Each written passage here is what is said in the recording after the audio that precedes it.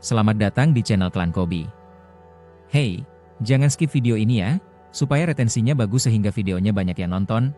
Untuk itu tonton sampai habis, dan jangan lupa like dan subscribe biar Mimin tambah semangat. Cerita kali ini diawali dengan kepergian kedua tetua harimau hitam setelah percakapan sebelumnya dengan Tuan Long. Setelah keduanya pergi, Tuan Long lalu bertanya kepada Tushi dengan heran, "Raja Iblis Rubah Roh, mengapa kamu datang secara mendadak hah?" Mendengar pertanyaan itu, Tushi menjawab dengan sedih, "Tuan Long, ada pertanda buruk di langit. Seluruh kekayaan klan kami telah dirampas." Seketika setelah mendengar kabar tersebut, Tuan Long langsung mengerahkan seluruh kekuatan sihirnya yang dahsyat untuk melacak pelaku. Lalu dengan kekuatan tersebut, Tuan Long membuka portal sihir ungu yang membara untuk mengetahui apa yang sebenarnya terjadi. Tuan Long pun menyimak penjelasan kondisi klan dengan saksama, lalu ia menyahut pelan untuk meyakinkan Tushi, "Saya mengerti." Kemudian Tuan Long menjelaskan bahwa segala sesuatu memiliki takdir, sehingga kekayaan klan hanya dapat digunakan pada jenisnya sendiri. Oleh karena itu, ia menduga berkah tersebut telah ditransfer ke anggota klan lain setelah meninggalkan istana Gunung Persik. Namun, setelah mendengar ini, Tushi justru menyanggah hal itu karena setahunnya semua rubah di klannya saat ini tinggal menetap di daerah Kinkyu. Mendengar hal tersebut, Tuan Long pun hanya tersenyum lalu mengingatkan tentang putri ke-13 yang baru saja melarikan diri beberapa hari lalu. Sontak, Tushi spontan menatap tajam dengan penuh kecurigaan sambil mempertanyakan keterkaitan antara acara hari ini dengan putri ke-13. Dari pertanyaan ini, Tuan Long pun menyahut bahwa menurutnya entah bagaimana caranya seluruh kekayaan Kinkyu kini harusnya berada di tangan Tushi-san. Mendengar hal itu, Tushi pun sontak merasa heran dan tidak habis pikir bagaimana seseorang seperti Tushi-san bisa memindahkan harta sebanyak itu. Dan Tuahi juga bertanya dengan sopan kepada Tuan Long untuk memastikan siapa sosok yang sebenarnya telah mengambil keuntungan itu. Setelah merenungkan pertanyaan itu, Tuan Long akhirnya setuju dan bertekad melakukan upaya terbaik demi selesaikan masalah. Tak butuh lama, Tuan Long pun memulai aksinya dengan menghancurkan media ramalan di tangannya hingga serpihannya terbakar dan berterbangan ke udara. Seketika itu, ia lalu merapal mantra 9 istana metode kura-kura roh demi memanggil kekuatan magis kuno yang sangat dahsyat dari dalam dirinya. Anehnya, mantra tersebut langsung memicu guncangan hebat di langit, membuat petir menyambar dengan suara gemuruh yang menggelegar. Sementara fenomena ini terjadi, Tuan Long lalu mengarahkan segel cahaya magisnya ke atas untuk mengendalikan kilatan petir yang turun menyambar bumi. Ledakan dahsyat itu pun menghantam area sekitar dengan kuat, hingga membuat Tushi terkejut menyaksikan kehebatan ilmu tersebut. Namun, saat ini, tiba-tiba Tuan Long langsung jatuh berlutut ke tanah akibat menerima efek balik dari ramalan magis tersebut. Dampak buruk itu juga membuat dada Tuan Long terasa sesak, hingga akhirnya ia terbatuk dan memuntahkan darah segar dari mulutnya. Dengan sisa tenaganya ini, ia lalu memperingatkan Tushi bahwa ini kehendak surga yang tabu dan tak boleh diselidiki lebih lanjut lagi. Setelah kejadian itu, suasana pun beralih memperlihatkan pemandangan langit yang cerah di atas kota Kiaochi. Di sana, Master Yi tampak membatin, merasa cemas setelah mengetahui bahwa Master Su pada akhirnya benar-benar telah pergi. Sebagai junior, Master Yi lalu bergegas berjalan menuju gerbang utama untuk menemui dan berterima kasih secara pribadi kepada seniornya. Namun langkahnya tiba-tiba terhenti ketika sebuah tangan tiba-tiba menepuk pundaknya dari belakang sambil memanggil namanya. Seketika itu juga, Master Yi pun langsung menoleh ke belakang dengan raut wajah penuh tanya, merasa heran dengan kemunculan sosok tersebut. Rupanya orang itu adalah Master Su yang sengaja mengadang jalan Master Yi dan bertanya tentang tujuan kepergiannya yang mendadak ini. Master Yi pun menanggapi dengan bingung dan balik bertanya mengapa Master Su ini masih berada di tempat ini. Mendengar ini, Master Su tersenyum licik, berkata, meski tawarannya ditolak kemarin, ia mengaku tak sengaja bertemu dua tamu penting dari ibu kota Kekaisaran Dayan. Ia menjelaskan awal mula pertemuannya dengan keduanya sebelumnya di depan sebuah gerbang masuk. Di pertemuan itu, Master Su menyapa hangat keduanya, lalu bertanya kemana leluhur Yan itu akan pergi setelah lama mengasingkan diri. Leluhur Yan yang berambut putih ini pun menjawab tenang, mengungkapkan rencananya untuk pergi menuju ke kota Kiaochi di wilayah sekte Taishuan. Jawaban itu sontak memicu kebingungan Master Su. Ia terheran-heran dan langsung mempertanyakan alasan leluhur yang memilih pergi ke kota Kiaochi. Mendengar pertanyaan, kali ini Yan Bingxin menyela pembicaraan sambil tersenyum manis, menjelaskan bahwa sang leluhur ingin mengunjungi Tuan Ye. Sontak saja, mendengar nama itu, Master Su pun langsung terkejut. Ia teringat sesuatu dan bertanya-tanya apakah Tuan Ye yang dimaksud adalah senior Ye dari sekte Taishuan? Menyadari ini, Master Su jadi mendadak emosi di hati. merasa ia telah dipermainkan oleh Master Yi sebelumnya karena telah menyembunyikan sosok ahli hebat itu.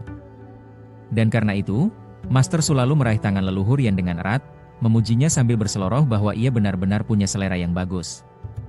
Dan untuk selanjutnya, sambil tersenyum lebar, Master Su mendesak untuk segera berangkat bersama karena ia sendiri sudah lama ingin mengunjungi sosok hebat tersebut. Adegan pun kembali ke Master Yi, dan Master Yi saat ini merasa sangat jengkel di dalam hati, menggerutu kesal menyadari keberuntungan dari Master Su. Namun, karena tidak ingin terlalu emosi, ia lalu menampilkan wajah senyum, dan terlihat ia menyapa ramah kedatangan leluhur Yan. Melihat tingkah laku Master Yi, leluhur Yan sendiri hanya bisa tertawa sinis. Ia tahu betul topeng dan maksud terselubung di balik keramahan mendadak tersebut. Leluhur Yan kemudian menepuk pundak Master Yi dan menyapanya balik, berkata bahwa ia sudah lama tak berjumpa dengan Master Yi ini. Di sisi lain, melihat bau-bau perselisihan antara leluhur Yan dan Master Yi, Master Su langsung kebingungan di tempat, ia tak menduga bahwa keduanya saling mengenal. Master Yi sendiri saat ini mendengus kesal, menceritakan sebab asal mula perselisihan keduanya dimulai, dan menyalahkan semuanya ke leluhur Yan. Mendengar ini, leluhur Yan pun tak terima, berargumen bahwa sebagai penguasa Dayan, ia merasa punya tanggung jawab penutup satukan seluruh rakyatnya. Namun, di tengah perselisihan ini, tiba-tiba sebuah tangan lembut terlihat menahan pakaian leluhur Yan dari belakang. Ia adalah Yan Bingxin yang saat ini mencoba membujuk sang leluhur agar tenang, mengingat posisi mereka di wilayah Taishuan, dan berdebat bukanlah ide bagus. Namun, dari bujukannya ini, sang leluhur justru mendengus marah, menegaskan bahwa ia takkan pernah sudi sujud kepada Master Yi meski ini di wilayah Taishuan. Melihat sikap leluhur Yan yang seperti ini, Master Yi sendiri hanya membalas dingin dan mengatakan bahwa Senior Ye juga sama sekali tak menyambut leluhur Yan. Mendengar ini, sontak leluhur Yan terkejut hingga berteriak kencang. Ia langsung mempertanyakan apakah Senior Ye itu adalah leluhur dari sekte Taishuan yang legendaris itu? Master Yi pun hanya tertawa terbahak-bahak mendengar pertanyaan itu. Dengan penuh rasa bangga, ia langsung membenarkan bahwa hal tersebut sudah pasti benar adanya. Sontak saja, mendapatkan konfirmasi itu, leluhur Yan lalu bertanya kepada Master Su, apakah yang dikatakan Master Yi ini benar? Master Su spontan mendadak panik dan berkeringat dingin. Di dalam hatinya, ia mulai bimbang apakah perkataan Master Yi itu benar atau bohong. Master Su mengingat bahwa beberapa hari yang lalu di Gunung Mistik Agung, ia melihat dengan mata kepala sendiri Senior Ye turun tangan beraksi. Dengan kekuatannya yang luar biasa, Senior Ye berhasil menekan roh jahat yang sedang mengamuk hebat akibat pengaruh dari artefak abadi palsu tersebut. Bahkan, Senior Ye menggunakan teknik abadi tingkat tinggi demi membantu Tanah Suci Mistik Agung untuk memperbaiki seluruh bangunan aula mereka yang rusak. Mendengar kisah kehebatan yang tak masuk akal itu, leluhur Yan langsung tertegun syok dan ia hanya bisa bergumam lirih tak percaya. Suasana hening seketika menyelimuti mereka, Master Su dan Master Yi saling melempar tatapan serius, memikirkan dampak besar dari kekuatan Senior Ye itu. Leluhur Yan lalu tiba-tiba mendekat dengan ramah, membuat Master Yi spontan menoleh heran, bertanya bagaimana cara terbaik untuk membahas kembali masalah ini. Leluhur Yan menyarankan kesepakatan besar, yaitu bersedia menjadikan Tanah Suci Taishuan milik Master Yi sebagai sekte resmi di wilayah Kekaisaran Dayan. Mendengar tawaran itu, Master Su dan Master Yi langsung kebingungan dan keduanya kompak mempertanyakan apakah ucapan itu benar-benar serius. Leluhur Yan menjelaskan bahwa janji itu akan ditepati, asalkan dirinya dan Yan Bingxin diizinkan ikut pergi bersama untuk menemui Senior Ye yang agung. Melihat ketulusan yang ditunjukkan oleh leluhur Yan demi bisa bertemu sang senior, Master Yi pun akhirnya luluh dan menyuruh mereka semua untuk ikut bersamanya. Master Yi kemudian membalikkan badan sambil membatin bahwa sekte Taishuan miliknya sebenarnya sangat terkenal dan populer di kalangan para kultivator agung. Di tengah persaingan sengit itu, Master Yi mendadak berkeringat dingin dan merasakan urgensi atau tekanan batin yang amat besar dari para pesaingnya. Namun, sebelum pergi, ia mengingatkan yang lain agar menjaga sikap dan tidak berbicara tidak sopan saat menemui Senior Ye yang sedang mengasingkan diri nanti. Dengan penuh keyakinan, leluhur Yan menegaskan bahwa dirinya sama sekali tidak akan pernah berani membocorkan rahasia tentang sosok mulia tersebut. Namun di dalam hati, ia tetap merasa sangat gugup dan bingung memikirkan bagaimana cara terbaik untuk menyapa sosok yang belum pernah ia temui itu. Adegan selanjutnya, tanpa langkah kaki seseorang menapakkan kakinya di depan sebuah kediaman sederhana yang ada di area pemukiman kota Qiaoqi itu. Pintu gerbang pun terbuka, memperlihatkan Tuan Ye yang tampak kebingungan saat mendapati rombongan kultivator agung itu tiba-tiba datang berkunjung. Melihat sosok pemuda yang dicarinya, wajah Yan Bingxin pun langsung cerah seketika dan ia langsung berteriak memanggil nama Tuan Ye gembira. Tanpa ragu-ragu, Yan Bingxin langsung berlari kencang memeluk erat Tuan Ye sambil berseru bahwa ia sengaja datang ke sana demi bisa menemuinya lagi. Aksi pelukan mesra yang sangat mendadak itu spontan membuat leluhur Yan syok setengah mati dan melotot tidak percaya melihat kedekatan intim mereka berdua. Tuan Ye tampak terkejut sekaligus senang. Lalu dengan terbata-bata ia memastikan apakah gadis di pelukannya itu benar-benar adalah Nona Yan Bingxin. Sambil mendorong pelan tubuh Yan Bingxin, Tuan Ye merasa malu karena sadar ada begitu banyak orang tua yang sedang menonton kemesraan mereka. Untuk mencairkan suasana canggung, Tuan Ye dengan ramah mempersilakan seluruh rombongan tamu itu untuk segera masuk ke kediamannya dan duduk bersama. Suasana mendadak hening ketika Tuan Ye dengan gugup mengingatkan Nona Yan agar menjaga tangannya dan tak bertingkah manja di depan umum seperti itu. Namun, di sudut lain, Master Su tiba-tiba menoleh tajam dengan tatapan mata penuh waspada karena merasakan adanya firasat yang tak beres di sekitar tempat itu. Pandangannya langsung tertuju ke satu arah, di mana seekor hewan peliharaan hitam misterius sedang mengintip kedatangan mereka dari balik sudut halaman rumah. Ternyata, hewan itu adalah seekor anjing berwujud serigala hitam raksasa yang mengerikan, memancarkan aura petir ungu dan mata merah menyala yang buas. Master Su sontak langsung tersentak kaget dan berteriak tak percaya saat sadar bahwa makhluk mengerikan yang ada di hadapan mereka adalah seekor kaisar iblis. Leluhur yang juga ikut panik dengan wajah pucat, ia merasa sangat syok mengetahui kenyataan bahwa sebenarnya ada sosok kaisar iblis di dataran tengah.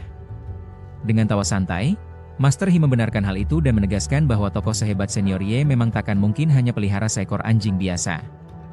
Master He juga mengingatkan dengan serius bahwa ancaman kaisar iblis itu hanyalah hal kecil dari seluruh rahasia kekuatan besar yang ada di tempat ini. Sambil memandangi pemandangan indah di sekitar halaman, ia bergumam penuh kagum bahwa tempat kediaman itu benar-benar sebuah tanah keberuntungan agung. Sementara itu, saat ini Yan Bingxin menatap Tuan Ye dengan mata berbinar, bertanya apakah pria pujaannya itu juga merasakan kerinduan mendalam yang sama. Mendengar ini, sambil tertawa canggung untuk menutupi rasa salah tingkahnya, Tuan Ye terpaksa mengiyakan pertanyaan itu demi menjaga perasaan gadis di dekatnya.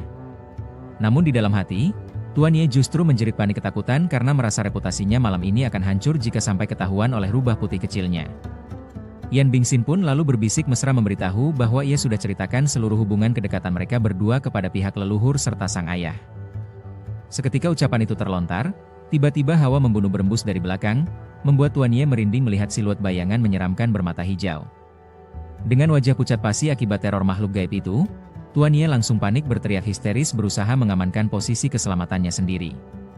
Ia pun lalu berteriak kencang menegaskan bahwa hubungan antara dirinya dan Yan Bingxin hanyalah sebatas hubungan platonis murni. Melihat keakraban itu, Master He tersenyum puas sambil memuji betapa serasi dan rukunnya hubungan antara Senior Ye dengan Nona Yan Bingxin. Tuan Ye pun langsung panik melambaikan tangan menolak mentah-mentah ucapan itu karena menjodohkan secara acak hanya akan membawa petaka bagi dirinya.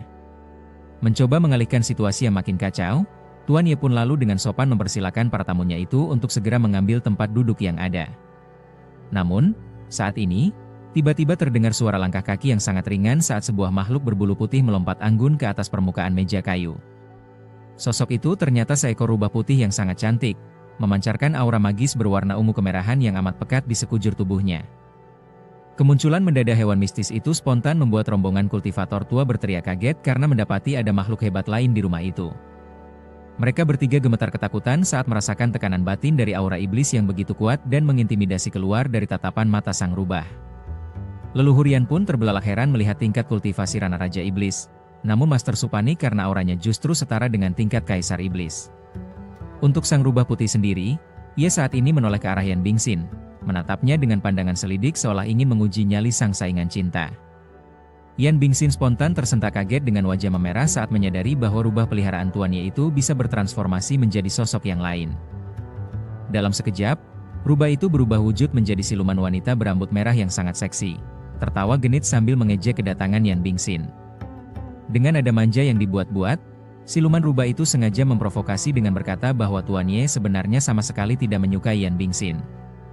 Mendengar ejekan itu, wajah Yan Bingxin mendadak muram dan menahan amarah di dalam hatinya akibat perkataan merendahkan dari siluman wanita tersebut. Yan Bingxin akhirnya naik pitam dan menegaskan bahwa Tuan Ye bukanlah orang dangkal yang bisa tergoda hanya karena wajah siluman itu sedikit lebih cantik. Adegan pun kemudian berlanjut, dan saat ini terlihat secangkir teh hangat beraroma harum dituangkan perlahan, mengepulkan uap tipis yang menenangkan suasana. Melihat ini, Master Su terbelalak tak percaya saat mencium aromanya. Lalu spontan bertanya apakah teh itu diseduh langsung dari daun teh pencerahan? Master He sendiri yang juga mencium aroma teh tersebut, ia lalu membenarkan sambil bergumam bahwa seduhan daun teh pencerahan kali ini terasa jauh lebih kuat.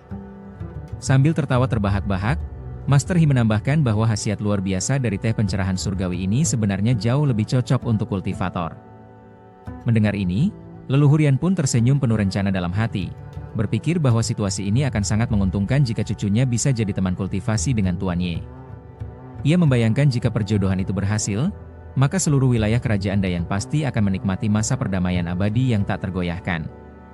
Suasana pun berganti saat Tuan Ye menatap heran rombongan itu, lalu bertanya mengapa mereka semua tiba-tiba datang berkunjung bersamaan ke kediamannya hari ini. Mendengar ini, Master He langsung berdiri dengan hormat dan berkata bahwa dirinya baru-baru ini telah berhasil mendapatkan sebuah pusaka berupa kuas kuno yang sangat langka. Ia mengaku merasa tidak enak karena pada kunjungan terakhirnya datang dengan tangan kosong. Sehingga kali ini ia bertekad tidak ingin mengulangi hal itu. Dengan penuh kehusyukan, Master He mengeluarkan sebuah kotak kayu misterius yang mendadak memancarkan cahaya keemasan yang sangat menyilaukan. Sambil menyodorkannya ke depan, ia mendesak dan memohon agar senior Ye sudi menerima hadiah yang dibawakannya tersebut. Saat membuka kotak itu, Tuan Ye terkesima melihat sebatang kuas kaligrafi yang memancarkan energi spiritual murni yang sangat kuat di genggamannya. Sambil memamerkan kuas itu, Tuan Ye memuji usaha keras Master He dan mengagumi kualitas kuas kuno tersebut yang dinilainya benar-benar sangat bagus. Mendengar ini, Master He langsung tertawa kegirangan dengan wajah berseri-seri, merasa tersanjung karena hadiah istimewanya diterima dengan sangat baik. Sementara itu, di sisi lain Master Su mendadak emosi dan menyesal dalam hati karena telah merelakan kuas berharga itu ke rivalnya akibat kalah dalam taruhan. Karena tak ingin kalah saing, Master Su pun juga berniat memberikan hadiah, dan ia terlihat meraih saku bajunya untuk mengeluarkan sesuatu. Sembari mengulurkan kotak merah itu, Master Su dengan ramah berujar bahwa ini adalah kunjungan pertamanya sehingga ia wajib mempersembahkan kenang-kenangan.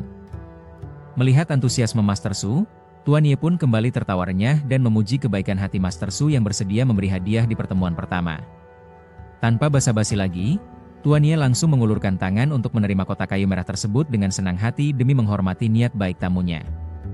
Dan kemudian, dengan perlahan dan penuh rasa penasaran, Tuan Ye mulai membuka tutup kotak hadiah itu untuk melihat kejutan apa yang disimpan di dalamnya. Ternyata kotak itu berisi sebuah tongkat tinta halus legendaris yang seketika memancarkan cahaya keemasan spiritual yang sangat megah dan memukau. Master Su pun tersenyum sangat lebar dan merasa sangat lega setelah melihat respons ekspresi kepuasan yang terpancar jelas dari raut wajah senior Ye yang agung. Sebagai bentuk balasan atas semua kebaikan itu, Tuan Ye lalu berniat menganugerahkan sebuah karya lukisan spesial untuk para tamu besarnya. Tuan Ye kemudian menoleh ke arah Master Su dan mempersilakannya untuk memilih sendiri jenis tema lukisan mana yang paling ia inginkan. Mendengar tawaran emas itu, Master Su pun langsung tersentak kegirangan dengan mata berbinar-binar. Dan untuk selanjutnya, tanpa berpikir panjang, ia lalu meminta karya yang bertemakan tentang pedang. Master Su membatin bahwa muridnya, Chang Feng, butuh bimbingan karya pedang senior Ye demi menerobos ke alam jiwa yang lebih tinggi lagi. Tuan Ye pun tersenyum santai menanggapi permintaan itu dan menegaskan bahwa dirinya tak masalah untuk segera siapkan karya kaligrafi pedang pesanan Master Su. Setelah mengatakan itu, Tuan Ye kemudian berbalik arah dan perlahan melangkah menuju ke sebuah meja kayu yang terletak di sudut halaman rumahnya itu. Sesampainya di sana, ia mulai memeriksa permukaan meja itu, namun mendadak terkejut saat ia menyadari sesuatu ada yang kurang dari peralatan menulisnya. Wajah Tuan Ye pun langsung muram dan panik seketika setelah ingat bahwa seluruh persediaan kertas miliknya ternyata sudah habis dipakai kemarin malam. Dengan perasaan canggung, Tuan Ye pun terpaksa berbalik dan meminta para tamunya untuk bersabar menunggu sementara dirinya akan pergi membeli kertas. Mendengar kendala tak terduga itu, suasana di halaman kediaman tersebut sontak mendadak menjadi sangat hening dan canggung di antara para kultivator tua. Namun, saat ini, melihat kepanikan Tuan Ye, Yan Bingxin dengan penuh semangat langsung maju menyela dan meminta Tuan Ye agar tak perlu merasa khawatir sama sekali. Yan Bingxin kemudian mengulurkan telapak tangannya ke atas, memancarkan pendaran cahaya keemasan spiritual mistis yang sangat menyilaukan dari cincinnya. Dalam sekejap mata, Yan Bingxin memunculkan setumpuk besar kertas berkualitas tinggi yang melayang megah di udara untuk langsung diberikan kepada Tuan Ye. Setumpuk besar kertas itu pun mendarat dengan mulus di atas meja kayu, siap digunakan untuk menuangkan seluruh goresan kuas dan tinta legendaris milik Tuan Ye. Melihat hal ini, Tuan Ye pun langsung bergerak maju dan spontan meraih kedua tangan Yan Bingxin dengan sangat erat sebagai bentuk rasa terima kasih yang mendalam. Dengan wajah berseri-seri, Tuan Ye memuji Yan Bingxin karena merasa ia benar-benar sangat peka dan paling mengerti akan semua kebutuhannya saat ini. Di dalam hatinya, Tuan Ye girang karena kertas nasi mahal pemberian itu bisa sangat menghemat pengeluarannya yang sedang menipis untuk membeli alat tulis. Untuk selanjutnya, Yan Bingxin tampak meraba cincin penyimpanannya kembali. Ia berniat memberikan sisa barang berharga miliknya yang lain kepada Tuan Ye. Sambil menyodorkan tangannya, Yan Bingxin lalu dengan manja menawarkan seluruh isi cincin pusakanya agar bisa digunakan oleh pemuda pujaannya itu. Di sisi lain, melihat kegembiraan Tuan Ye, Master He dan lainnya bergumam heran karena sosok senior seagung itu justru bisa tampak sangat bahagia hanya demi kertas nasi biasa. Dan ini juga membuktikan bahwa wawasan mereka masih terlalu duniawi untuk bisa memahami pemikiran dan rahasia tingkat tinggi senior Ye. Adegan selanjutnya, Tuan Ye terlihat perlahan membuka dan membentangkan selembar gulungan kertas di atas permukaan meja kayunya dengan penuh kehati-hatian. Tangan kanan Tuan Ye kemudian mulai bergerak anggun di atas meja untuk meraih kuas kuno pemberian Master He yang sudah dipersiapkan sebelumnya. Kuas purba tersebut melayang mulus ke atas setelah dialiri sedikit energi spiritual, memancarkan pendaran cahaya mistis yang tampak begitu memukau. Dengan senyuman penuh percaya diri, Tuan Ye memegang kuas tersebut sambil bersiap untuk menumpahkan seluruh keahlian seni kaligrafi tertingginya. Di sisi lain, Master Su tampak menatap dengan raut wajah serius, tidak ingin melewatkan satupun detik dari proses pembuatan mahakarya magis tersebut. Di dalam lubuk hatinya, Master Su bergumam penasaran mengenai seberapa besar berkah keberuntungan pedang yang akan dianugerahkan oleh sang senior agung. Dan saat ini, Tuan Ye pun mulai menggerakkan tangannya mantap, mencelupkan ujung kuas ke dalam tinta halus legendaris untuk memulai goresan pertamanya. Setiap gerakan kuas Tuan Ye mendadak menciptakan fenomena spiritual luar biasa, memicu manifestasi visi visual kuno yang sangat megah di sekitar ruangan. Energi hukum pedang purba itu meledak hebat di udara, menampilkan bayangan sosok agung legendaris yang dikelilingi ribuan kelopak bunga. Dan dengan satu hentakan goresan terakhir yang sangat dahsyat, aura Tuan Ye pun bergemuruh hebat seolah-olah mampu menundukkan belasan negara sekaligus. Dan tak cukup sampai di situ, kilatan cahaya pedang keemasan tiba-tiba melesat kencang membelah angkasa, memancarkan tekanan spiritual maha dahsyat. Energi hukum pedang itu pun meledak membentuk pusaran badai emas raksasa, memperlihatkan manifestasi kekuatan kultivasi tingkat tinggi yang melegenda. Sementara itu, di sisi lain, Master Su tampak tersentak kaget saat merasakan langsung pancaran aura pedang murni yang begitu agung menyelimuti dirinya. Ia berdiri terpaku di tengah halaman sambil menyaksikan pusaran energi suci yang memancar langsung dari ujung kuas kaligrafi milik senior Ye yang luar biasa. Goresan tangan Tuan Ye pun kian cepat dan bertenaga, menari-nari di atas permukaan kertas hingga menciptakan serangkaian efek yang semakin memukau. Pancaran ribuan pedang cahaya spiritual mulai keluar meroket ke langit, membentuk benteng pertahanan suci yang luar biasa kokoh di atas kediaman mereka. Master Su saat ini tampak melotot syok dengan wajah pucat saat sadar gelombang tekanan hukum alam itu sudah berada jauh di luar batas nalar akal sehat pembawaan. Karena pasalnya, badai tebasan pedang tak kasat mata itu saat ini bergemuruh hebat, seolah siap menghancurkan rintangan apapun yang berani mencoba untuk menghadangnya. Menyadari ini, Master Su pun spontan memasang kuda-kuda kokoh dan mengerahkan seluruh tenaganya demi bisa bertahan dari hempasan angin spiritual yang mengamuk. Master Su terus menahan gempuran badai energi emas yang berputar cepat, mengerahkan seluruh sisa kekuatan batinnya agar tidak terhempas jatuh. Dari sudut pandang atas, pusaran formasi pedang raksasa mengurung sang master di tengah lingkaran aura pelangi spiritual maha dahsyat yang sangat agung. Dan karena itu, ini mengakibatkan Master Su tak kuat menahan beban tekanan yang begitu masif, dan ia pun mendadak ambruk berlutut ke tanah dengan tubuh gemetar hebat. Master Su pun melotot syok menyaksikan pemandangan itu, menyadari bahwa ia telah berkultivasi keras selama bertahun-tahun demi mencapai titik ini. Namun, saat ini, di hadapan pemahaman konsep Dao milik senior Ye yang kuat ini, kultivator sehebat apapun akan terlihat sangat lemah seperti seorang bayi mungil. Sementara itu, di sisi lain, Master He berteriak panik saat sadar rekan tuanya itu takkan bisa bertahan dan terancam mengalami penyimpangan energi Qi. Dan karena ini, Master He pun segera bergegas meluncur bak seperti roket yang melesat berniat hendak menyelamatkan Master Su. Master He langsung bergerak cepat menerobos badai tuk menolong rekannya yang mulai kehilangan kendali atas pusaran energi murni di dalam tubuh spiritualnya. Dengan penuh wibawa, Master He menyalurkan energi suci dari telapak tangannya untuk membantu menstabilkan kembali seluruh meridian darah yang kacau. Aksara emas kuno pembersih hati pun melayang megah di sekitar Master He, memancarkan hukum Tao murni yang siap menekan seluruh gejolak energi negatif di tempat itu. Dengan ekspresi penuh fokus, Master He merapalkan mantra suci sembari mendorong telapak tangannya untuk salurkan energi jiwa langsung ke tubuh rekannya. Master He lalu berteriak kencang menyuruh Master Su itu untuk segera terbangun dari kondisi kritis akibat hantaman tekanan aura pedang. Mendengar ini, Master Su pun mendadak membuka mata dengan ekspresi tegang, tersentak dari kesadaran spiritualnya setelah dapatkan bantuan energi jiwa. Seketika itu juga, ledakan cahaya spiritual berwarna ungu keemasan yang sangat masif pecah di udara, menandakan selesainya proses pencerahan batin.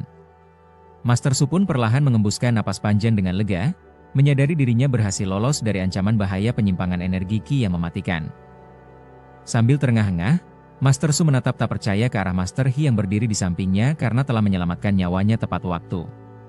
Ia pun langsung berterima kasih dengan tulus kepada Master He karena merasa hampir saja kehilangan muka dan reputasinya di hadapan senior Ye yang agung. Di sisi lain, saat ini tangan Tuan Ye terus menari anggun di atas kertas, menggoreskan tinta legendaris dengan kuas kuno untuk menyelesaikan bait kaligrafinya. Dengan satu tarikan kuas terakhir yang sangat mantap, Tuan Ye berseru dengan penuh rasa lega bahwa karya seni kaligrafi pedang buatannya akhirnya telah selesai. Tuan Ye pun lalu meletakkan kuasnya di atas meja, ia merasa puas dengan karyanya ini. Dan untuk selanjutnya, ia bertanya kepada semua tamu mengenai pendapat mereka tentang hasil karya kaligrafi spiritual yang baru saja ia selesaikan. Mendengar ini, rombongan kultivator tua itu langsung mendekat secara bersamaan demi bisa melihat hasil goresan tinta emas yang terpampang nyata di atas meja. Gulungan kertas tersebut kini terlihat memancarkan bait kalimat kaligrafi bercahaya emas yang mengandung hukum tingkat tinggi yang sangat luar biasa. Master He pun bergumam penuh kekaguman karena merasa goresan seni tersebut tak hanya indah, tapi juga memberikan perasaan kesempurnaan alami. Mendengar ini, Master Su membenarkan hal itu seraya mengagumi bagaimana setiap bait karakter di dalamnya berisi makna dao pedang yang berbeda satu sama lain.